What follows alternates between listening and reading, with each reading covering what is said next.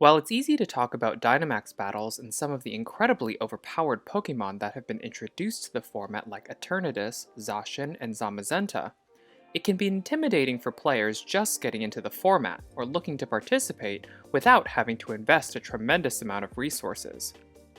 For these players, it's worth asking the question, do you need a level 50 Blissey or Charizard to hold your own or be a good teammate?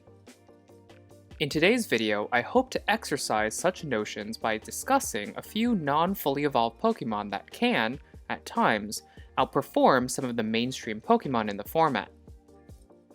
Before we begin, my name is Antarcticuno, otherwise known as the Dynamax Doctor, and if you like today's video or have interest in learning more about the science behind Dynamax battles, consider subscribing below. A quick aside, this video is largely intended to encourage trainers to invest in certain non-fully evolved Pokemon in the short term as a segue into more serious Dynamax battle engagement. This video is not justification to be a bad teammate and skip preparing for Dynamax battles entirely. The Dynamax format operates best when players go into the battle with the same good intentions, so please, be good teammates out there. As an honorable mention to this list, I figured I ought to talk about Cryogonal.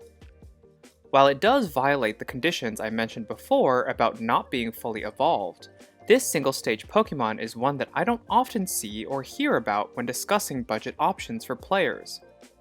True, candy for the Snowflake can be hard to come by, but considering its near legendary stats, I often wonder why the erasure.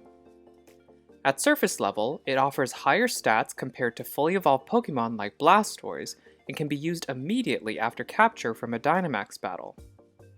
It's not overly impressive defensively, but considering its ability to attack, guard, and heal decently, I would suggest novice players try this Pokemon out while they're getting accustomed to the format.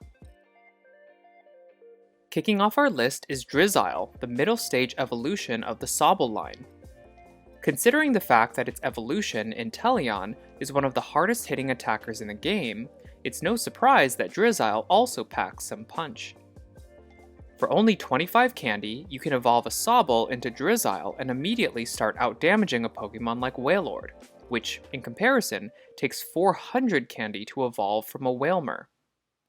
Not to mention that Drizzile also shares access to two great fast attacks as its evolution, in Water Gun and Pound, both of which only take half a second to cool down.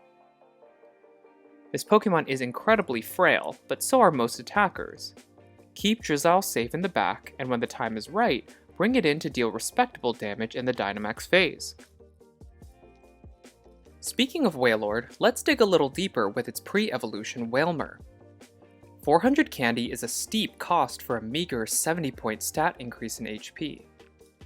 Furthermore, when comparing Wailmer with many of the other healers in the format, it stacks up quite well, outperforming the likes of Eternatus and Greedent on the healing front. Just like its evolution, Wailmer is not designed for taking hits, so just be wary that even with all that HP, it's best suited for a back-end role when a healer is needed. The next Pokemon we'll discuss, though, are serious contenders in the Dynamax format in their own right. To start us off, Chansey is a true testament to the idea that looks can be deceiving. While it is true that its evolution Blissey is tankier and possesses a higher stamina stat on paper, when you look closer, the differences start to fade away. Both have access to the Fast Attack Pound, which recharges in half of a second, and for the cost of 50 candy to evolve your Chansey, you get 9 more hit points? I'll often recommend players just getting into the Dynamax format to forego evolving Chansey into Blissey, instead focusing on what these egg Pokemon do best, healing. It's often a vastly better choice to start unlocking ranks in Max Spirit and even powering up your Chansey before evolving it into Blissey. You'll hardly notice the difference. Next up, we have Haunter, the middle evolution in the Ghastly line. Similar to Drizzile, this Pokemon evolves into one of the hardest hitting Pokemon in the game, Gengar. But did you know that Haunter possesses an attack stat that is equal to that of a fully evolved Charizard?